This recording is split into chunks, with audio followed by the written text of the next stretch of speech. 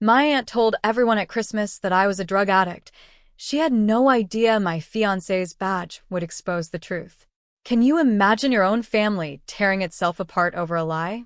Because at our Christmas dinner, my Aunt Donna decided to unleash a shocking accusation against me, a lie so venomous it threatened to shatter everything I held dear. And for once, I refused to let her get away with it. It started innocently enough. The ham was dry, the green beans were overcooked, and honestly, I was just wondering if it would be rude to ask for more gravy. Then, Aunt Donna stood up. She cleared her throat a little too dramatically and said, "I have something to say." The table went dead silent. 14 people, 3 generations, all looking at her with that polite, expectant attention you give someone about to make a toast. "I didn't want to do this here," she began, smoothing her garish red Christmas sweater. "But I can't stay silent anymore.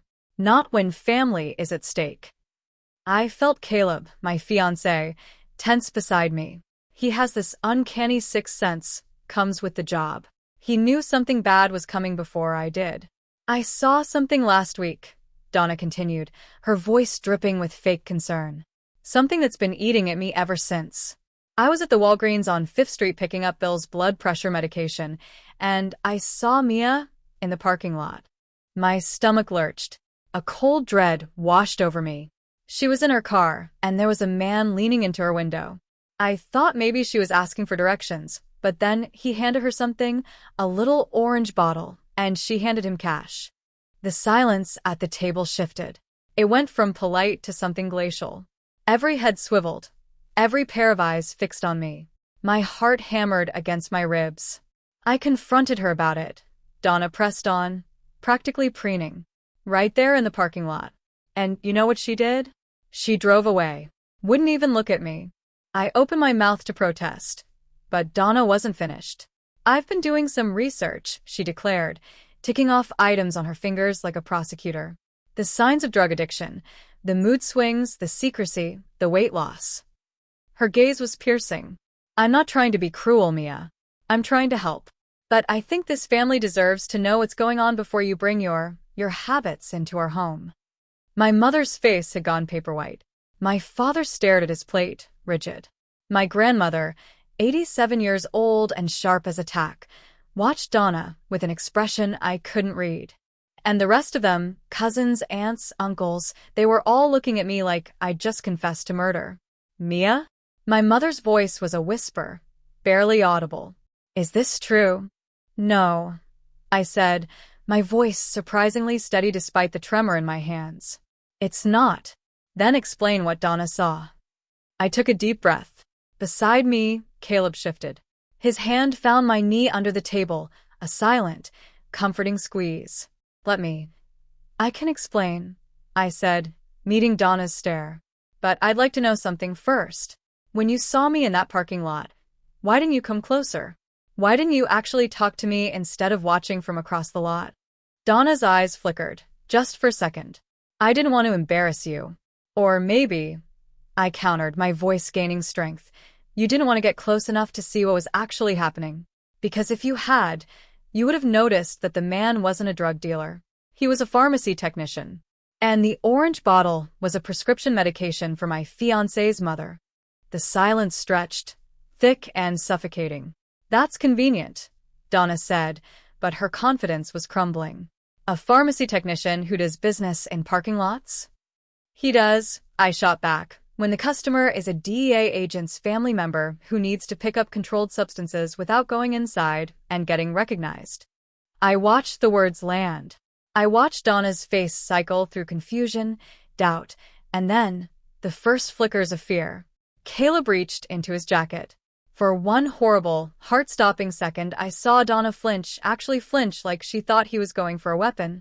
Instead, he pulled out a leather bifold and flipped it open on the table. A gold badge gleamed under the chandelier light. "Drug Enforcement Administration." Caleb's voice was calm, authoritative. "Special Agent Caleb Reyes. I've been with the DEA for 8 years. The medication Mia picked up was metoprolol, a beta blocker for heart arrhythmia. My mother takes it twice daily. The pharmacy delivers to a secure location because I've made enough enemies in my career that I don't want anyone tracking my family through prescription records. Nobody moved. The technician's name is Marcus, Caleb continued, his gaze unwavering on Donna. He's worked with us for 3 years. Fully vetted. If you'd like, I can provide his employee ID number and the DEA's contact information so you can verify everything. Donna's mouth opened and closed. No sound came out. I drove away when I saw you in the parking lot, I said, looking right at her. Because Marcus told me there was a woman staring at us from across the lot, and he felt uncomfortable completing the handoff.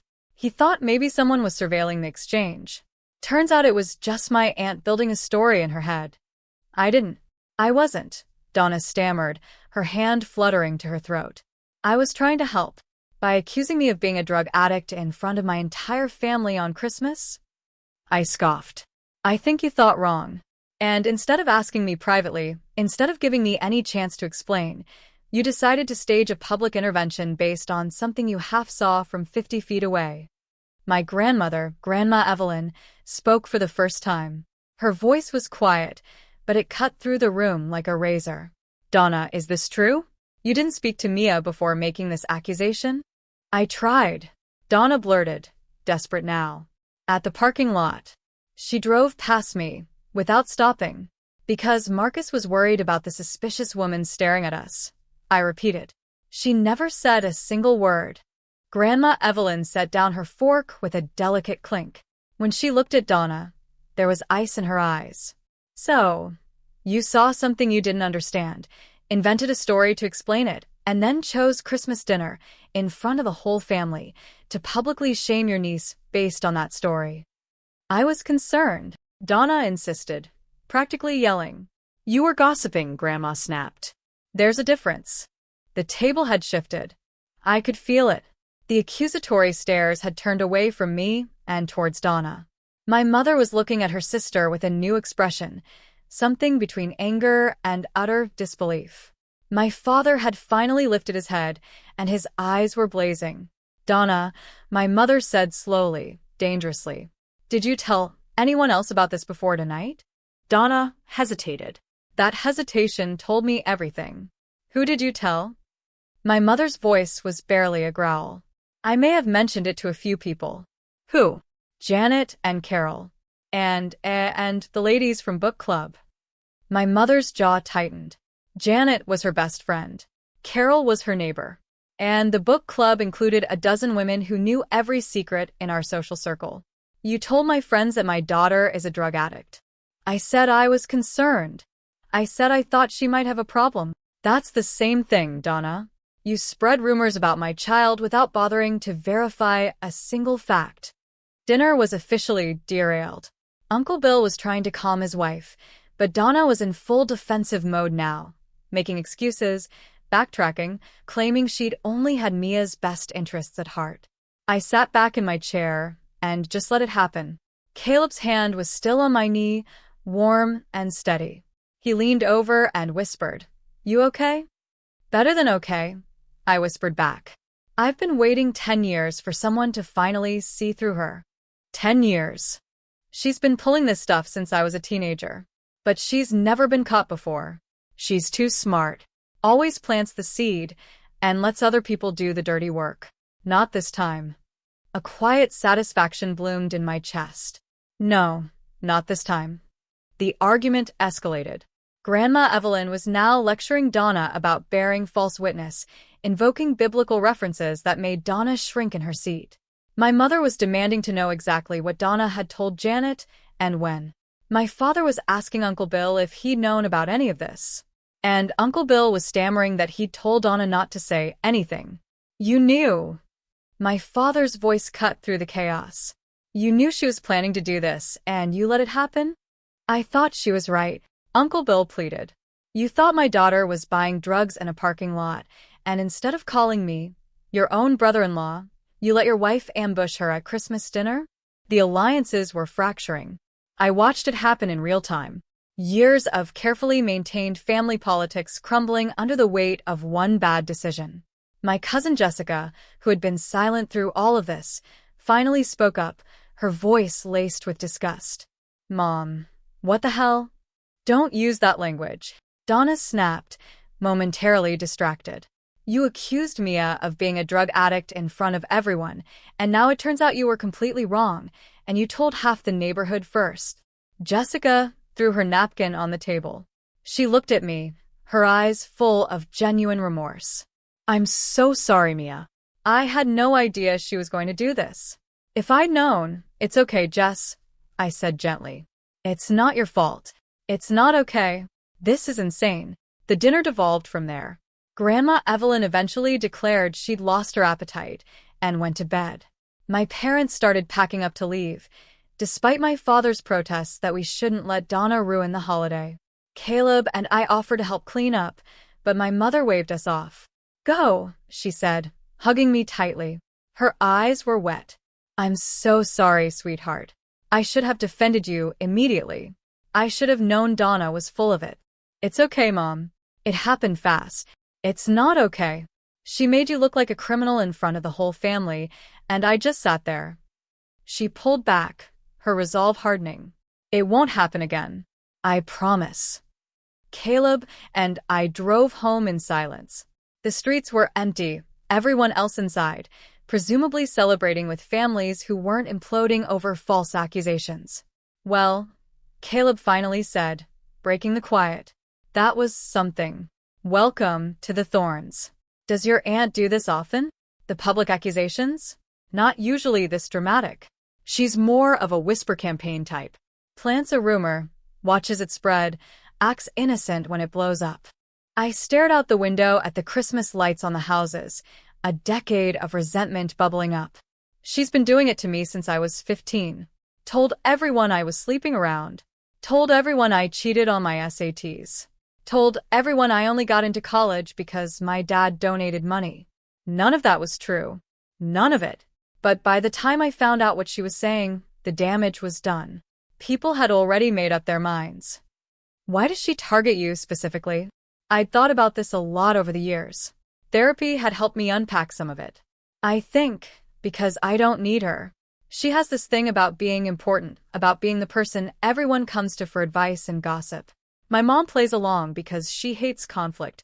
My cousins play along because they're scared of her. But I've never really cared what Donna thinks, and she can't stand that. So she tries to destroy your reputation. Pretty much, I confirmed. If I won't worship her, she'll make sure everyone else thinks I'm not worth worshiping. Caleb was quiet for a moment. You know, there's a legal term for what she's been doing. Defamation, among other things. If she's been spreading false information about you, especially accusations of criminal behavior, that could be actionable. I've thought about it, I admitted. But suing your aunt for defamation feels extreme. She accused you of buying drugs in front of 14 people and apparently told half your mother's social circle before that. Caleb glanced at me. That's not gossip, Mia. That's character assassination. The words hung in the air. Character assassination. It sounded dramatic, but it was accurate. For 10 years, Donna had been systematically undermining me, and I'd let it happen because confronting her felt too hard. What would you do? I asked, meeting his gaze. Professionally, I mean, if someone filed a complaint about behavior like this. Depends on the evidence, but with enough documentation, witnesses, statements, a pattern of behavior, you could make a strong case. Civil suit at minimum, restraining order if she escalates. She won't escalate. She'll apologize, play the victim, and wait 6 months before starting again. Then document everything, Caleb urged. Every rumor you can trace back to her, every witness who heard her say something false, build a file. If she does it again, you'll be ready. I thought about it. Years of whispers, years of damage control, years of cleaning up messes I hadn't made. And now, finally, I had evidence. I had witnesses. I had a table full of family members who had watched Donna accuse me of something provably false.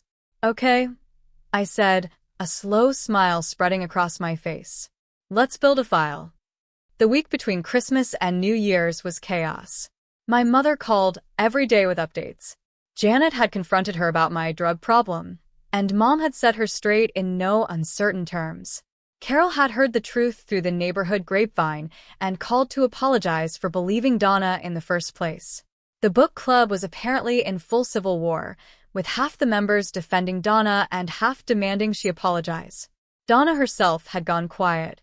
No calls, no texts, no passive-aggressive Facebook posts. According to Jessica, she'd locked herself in her house and was refusing to speak to anyone except Uncle Bill. "She's embarrassed," Jessica reported during one of our phone calls. "She knows she messed up, but she's not going to apologize because that would mean admitting she was wrong." She was wrong. I know. I'm just telling you how she thinks. In her mind, she's the victim here. She was just trying to help, and everyone turned on her. She accused me of being a drug addict. I know. She's insane, but that's how she's spinning it. The formal apology never came. Instead, Donna sent a group text to the family on New Year's Eve. "I'm sorry if my concerns about Mia caused any upset during the holiday. I was only trying to look out for our family. I hope we can move past this misunderstanding and start the new year with love and forgiveness." I stared at the text for a long time. "She's sorry," I said aloud, my voice flat. Caleb, reading over my shoulder, his jaw tightened. "That's not an apology. That's damage control." "I know. What do you want to do?" I thought about it. The old me would have let it go, would have accepted the non-apology, smoothed things over, avoided conflict at all costs. That was the pattern. Donna pushed. I retreated. Life went on. But I was done retreating. I typed a response. "Hi, Donna. To be clear, you accused me of buying drugs in a parking lot. You spread this accusation to multiple people before Christmas. You staged a public confrontation without verifying any facts. This isn't a misunderstanding. It's defamation. I'm documenting everything for my records. If I hear about any further false statements regarding me or my fiancé, I'll be consulting a lawyer. I hope you have a good new year." I hit send before I could second-guess myself. The response was immediate. My phone lit up with notifications, family members reacting to the message, some with support, others with shock. Donna herself didn't respond, but Uncle Bill called within 5 minutes. I didn't answer. My mother called next. I picked up. "Mia, honey," she said, her voice a mix of awe and terror. "Did you really threaten to see your aunt?" I said I would consult a lawyer if she defames me again. "That's not a threat, Mom. That's a boundary." Silence on the other end. "Mom? You there?" I'm trying to process." A long pause. Then, a sigh of pure exasperation. "You know what? Good for you. Really. She's been getting away with this garbage for too long. Maybe a little fear of consequences will finally shut her up." I smiled despite myself. "Thanks, Mom." "Don't thank me. I should have stood up to her years ago. This is long overdue." After we hung up, Caleb poured us both a glass of wine. We stood on our apartment balcony, watching the distant fireworks as the clock struck midnight. "New Year," he said, raising his glass. "New Year," I echoed. "Any resolutions?"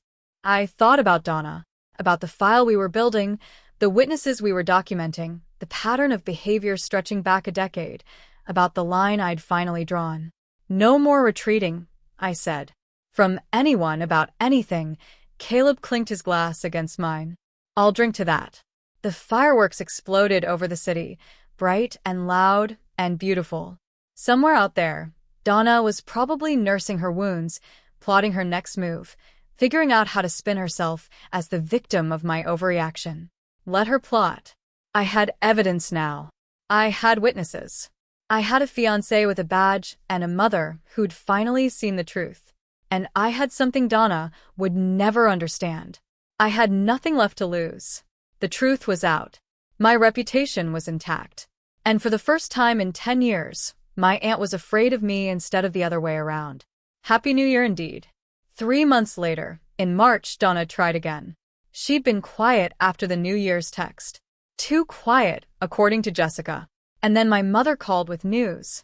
"Donna's telling people you're mentally unstable, that you threatened her, that you're paranoid, that Caleb is controlling you, and that's why you're acting so aggressive." I closed my eyes. Of course. The pivot from drug addict to crazy. Who has she told? Janet heard it first, but you know Janet. She came straight to me. Apparently, Donna's been working the church crowd, saying she's worried about you. The same pattern. Plant the seed. Let it spread. Play innocent. But this time I was ready. Thanks for letting me know, Mom. I'll handle it. I called Caleb. He was at work, but he stepped out to take my call. She's escalating, I said. Just like you predicted. What's she saying now? I told him. He listened without interrupting. That's textbook retaliation, he said when I finished. And if she's claiming you made threats, that could cross into false reporting territory. What do? We use the file.